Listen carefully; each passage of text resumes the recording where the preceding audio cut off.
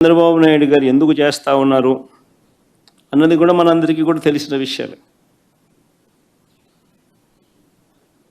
Super 6 super 7లు అని ఆయన అన్నాడు. వీటి అమలు గురించి ఎవరు అడగకూడదు. రాష్ట్ర వ్యాప్తంగా సుమారు 5 లక్షల మంది పెన్షన్లను పీకేశారు. 5 లక్షల మంది పెన్షన్లను పీకేశారు రాష్ట్ర వ్యాప్తంగా. దాని గురించి ఎవరు మాట్లాడకూడదు. గత ఏడాది ఎగరగొట్టి మళ్ళీ ఈ ఏడాది జూన్ 21వ తారీఖున రైతు భరోసా ఇస్తామన్నారు. ఇంతవరకు అతి గతి లేదు. ఇప్పుడు దాని గురించి ఎవరు కూడా మాట్లాడకూడదు, అడగకూడదు. ఎందుకు ఇవన్నీ చేస్తూ ఉన్నాడంటే ఇందుకే చంద్రబాబు. ప్రతి మహిళకు నెలకు 1500, సంవత్సరానికి 18,000 చొప్పున ఇస్తామన్నారు. గత ఏడాది ఎగరగొట్టాడు, ఈ ఏడాది అంతే. దాని గురించి ఎవరు మాట్లాడకూడదు, అడగకూడదు.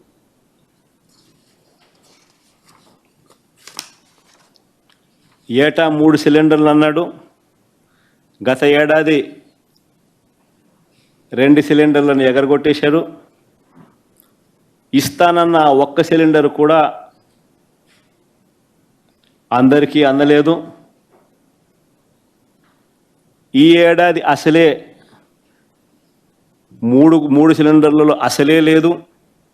దీని గురించి కూడా ఎవరు అడగకూడదు, మాట్లాడకూడదు. బడికి వెళ్ళే ప్రతి విద్యార్థికి 15,000 ఇస్తానన్నాడు. గత ఏడాది ఎగరగొట్టేశాడు. 15,000 కాస్త 13 అయింది. ఈ ఏడాది కూడా 30 లక్షల మందికి ఎగరగొట్టేశాడు. దీన్ని కూడా ఏ విద్యార్థి కూడా ప్రశ్నించకూడదు, అడగకూడదు. నిరుద్యోగ యువతకు నెలకు 3,000 ఇస్తానన్నాడు. ఏడాదికి 36,000 చొప్పున నిరుద్యోగ భృతి అన్నాడు. గత ఏడాది పూర్తిగా ఎగ్గొట్టేశాడు. ఈ ఏడాది కూడా పూర్తిగా ఎగ్గొట్టేదానికి శ్రీకారం చుట్టాడు. ఎవడు దీని గురించి మాట్లాడకూడదు, అడగకూడదు. 50 ఏళ్ళు దాటితే పెన్షన్ అన్నాడు. 50 ఏళ్ళు దాటితే 48,000 మీ చేతుల్లో పెడతానన్నాడు. గత ఏడాది ఎగ్గొట్టాడు, ఈ ఏడాది ఎగ్గొట్టే కార్యక్రమమే చేస్తూ ఉన్నాడు. ఎవరు అడగకూడదు, ఎవరు ప్రశ్నించకూడదు. రాష్ట్రంలో ప్రజలందరికీ కూడా ఎన్నికలప్పుడు ఏమన్నాడు? వైజాగ్ షికారుకైనా పోవచ్చు అన్నాడు. శ్రీకాకుళం వాళ్ళు తిరుపతికైనా రావచ్చు అన్నాడు. తిరుమల వెంకటేశ్వర స్వామి దర్శనం చేసుకోవచ్చు అంటాడు. తిరుపతి వాళ్ళు, రాయలసీమ వాళ్ళు విశాఖపట్నానికి షికారుకైనా పోవచ్చు అంటాడు. అక్కడ సింహాచలం గుడికైనా పోవచ్చు అని అంటారు. ఈరోజు ఎక్కడికి వెళ్ళినా ఫ్రీ బస్సు కాస్త సంవత్సరం అయిపోయింది. ఆ బస్సు హామీ గాలికి ఎగిరిపోయింది. ఇంకా అమలు కాలేదు. ఈయన పండగల మీద పండగలు డేట్లు చెప్తా పోతున్నాడు. పండగలు గడిచిపోతూ ఉన్నాయి, డేట్ మాత్రం రావడం లేదు. అయినా దీని గురించి ఎవరు మాట్లాడకూడదు, అడగకూడదు. సూపర్ 6 సూపర్ 7 మాత్రమే కాదు, ఫీజు రీయింబర్స్మెంట్ రూపేణా ఇది అన్నిటికన్నా దారుణం. పిల్లల చదువులు ఈరోజు చంద్రబాబు నాయుడు గారి పుణ్యాన పిల్లలు చదువులు మానేసి పనులకు పోతా ఉన్న పరిస్థితి ఈరోజు రాష్ట్రంలో ఉంది. చంద్రబాబు నాయుడు గారి పుణ్యాన 6 త్రైమాసికాలకు సంబంధించి పెండింగ్.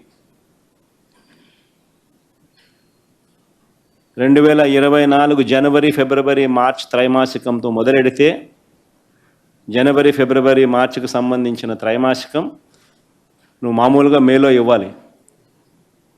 అప్పుడు ఎన్నికలని పోస్ట్పోన్ అయితే ఆ రోజు నుంచి ఈ జూన్ 30వ తారీఖున లెక్కేసుకుంటే 6 త్రైమాసికాలు 4,200 కోట్లు బకాయిలు.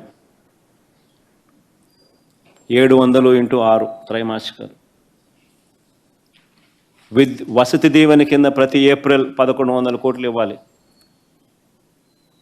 2 ఏప్రిల్ గడిచిపోయాయి. 2,200 కోట్లు బకాయిలు. వసతి దీవెన కింద ఆ 2,200 కోట్లు కూడా ఈ 4,200 కోట్లకు కలిపితే 6,400 కోట్లు బకాయిలు. ఈ 6,400 కోట్లకు గాను ఇచ్చింది కేవలం 750 కోట్లు.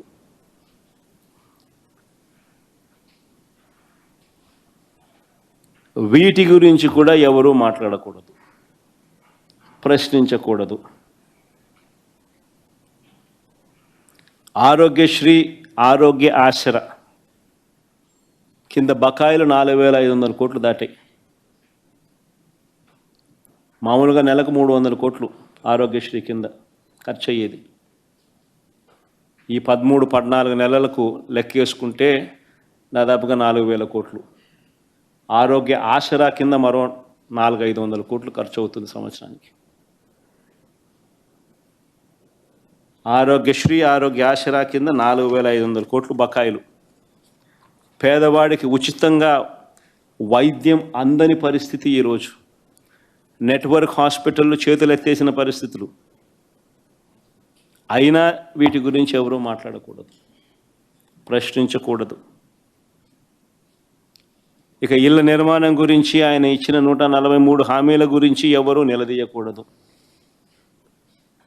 అధికారంలోకి వచ్చిన తర్వాత చంద్రబాబు గారు తొలగించిన ఉద్యోగాలు, ఇచ్చిన ఉద్యోగాలు కాదు, తొలగించిన ఉద్యోగాలు 3 లక్షల పైచులకు. 2,66,000 ఉద్యోగాలు వాలంటీర్ ఉద్యోగాలు మోసం చేసి ఎన్నికలప్పుడు వాడుకొని ఆ తర్వాత ఉపయోగించుకుని రోడ్డును పడేశాడు. బ్రేవరేజెస్ కార్పొరేషన్లో మరో 15,000 మందిని రోడ్డున పడేశారు. రేషన్కు సంబంధించిన డోర్ డెలివరీ చేస్తూ ఉన్న ఉద్యోగస్తులు ఎండియూల ద్వారా మరో 20,000 మంది. 3 లక్షల పైచిలుకు ఉద్యోగాలు రోడ్డున పడేసినా కూడా ఎవరూ ప్రశ్నించకూడదు. ప్రభుత్వ ఉద్యోగులు, వాళ్ళకు చేసిన మోసం అంతా ఇంత కూడా కాదు. వస్తూనే అయ్యారన్నాడు, ఎగరగొట్టేశాడు. అంతవరకు ఉన్న పిఆర్సీని రద్దు చేశాడు. కొత్త పిఆర్సీని ఇంతవరకు వేయలేదు. 4 డిఏలు పెండింగ్. ఈయన అధికారంలోకి వచ్చిన తర్వాత 4 డిఏలు పెండింగ్. అధికారంలోకి వస్తూనే మేము జీపీఎస్ అధికారులకు మంచి చేస్తూ మేము ఇస్తే జీపీఎస్ని తీసేసి ఓపీఎస్ తీసుకొస్తానన్నాడు. అది మోసమే. ఉద్యోగులకు బకాయిలు దాదాపుగా 20,000 కోట్లు పైచిలకు బకాయిలు పడ్డాయి. ఉద్యోగస్తులకు బకాయిలే ఈరోజు 20,000 కోట్లు దాటాయి.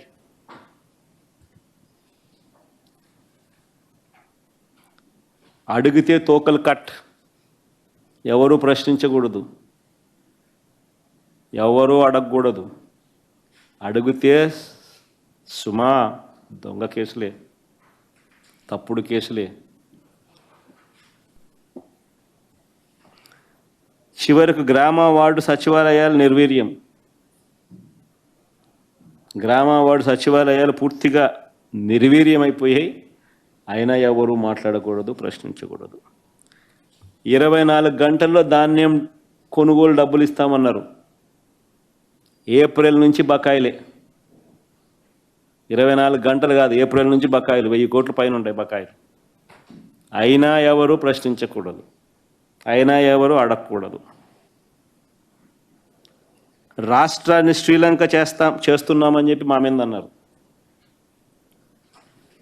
రాష్ట్రాన్ని మేము శ్రీలంక చేస్తున్నాము అని చెప్పి మా మీద అన్నారు. మా మీద బండలేసారు. ఈయన 13-14 నెలల కాలంలోనే ఈయన తీసుకొచ్చిన అప్పులు 1,75,112 కోట్లు. 1,75,112 కోట్లు. మా ప్రభుత్వం 5 ఏళ్లలో చేసిన అప్పు 3,32,671 కోట్లు.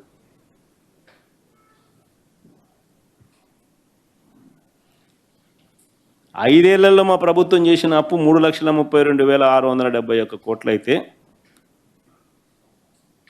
అన్ని స్కీములు ఇస్తూ నాడు నేడు లాంటి గొప్ప డెవలప్మెంట్ కార్యక్రమాలను చేస్తూ స్కూళ్ళు కానీ హాస్పిటళ్ళు కానీ రూపురేఖలు మారుస్తూ కొత్తగా 3 పోర్టులు గవర్నమెంట్ రంగంలో కడుతూ గొప్ప డెవలప్మెంట్ కార్యక్రమాలు మేము చేస్తూ అన్ని స్కీములు ఇస్తూ కోవిడ్ లాంటి విపత్కర పరిస్థితులను ఎదుర్కొంటూ అయినా మేము చేసిన అప్పులు కేవలం 3,32,671 కోట్లు అయితే ఈయన 13-14 నెలల్లోనే ఈయన చేసిన అప్పులు 1,75,112 కోట్లు. అంటే మేము 5 ఏళ్లలో చేసిన అప్పును ఈయన 13-14 నెలల్లో 52.43% ఇప్పటికే చేసేసినాడు. మేము 5 ఏళ్లలో చేసిన అప్పులో 52.43% ఆయన ఇప్పుడే చేసేసినాడు ఈ 13-14 నెలలకే. నేను అడుగుతా ఉన్నా, ఈ డబ్బంతా ఎవరి జోబీ లేకపోయింది? ఎవరికి ఒక స్కీమ్ ఇచ్చింది లేదు, ఎవరికి ఏ మంచి చేసింది లేదు. మరి డబ్బంతా ఎవరి జోబీ లేకపోయింది? అయినా ఎవరు ప్రశ్నించకూడదు, ఈ మాదిరిగా ఉన్నా కూడా ఎవరు అడగకూడదు. అడిగితే సుమా తప్పుడు కేసులు. షాక్ కొట్టేలా ఏకంగా పెంచిన కరెంటు ఛార్జీలు 18,272 కోట్లు. కరెంటు ఛార్జీలు తగ్గిస్తాడన్న కథ దేవుడు ఎరుగు. కరెంటు ఛార్జీలు ఈ 13-14 నెలల్లో ఆయన పెంచింది 18,272 కోట్లు. మేము ఉద్యమం చేసినప్పుడు 15,000 కోట్లు అయితే ఈ రోజుకి అది 18,272 కోట్లకు ఎగబాకింది. అదొకసారి స్లైడ్ పెట్టుమా ఒకసారి ఆ కరెంటు ఛార్జీలు. Fuel and power purchase cost adjustment కింద FPPCA అంటే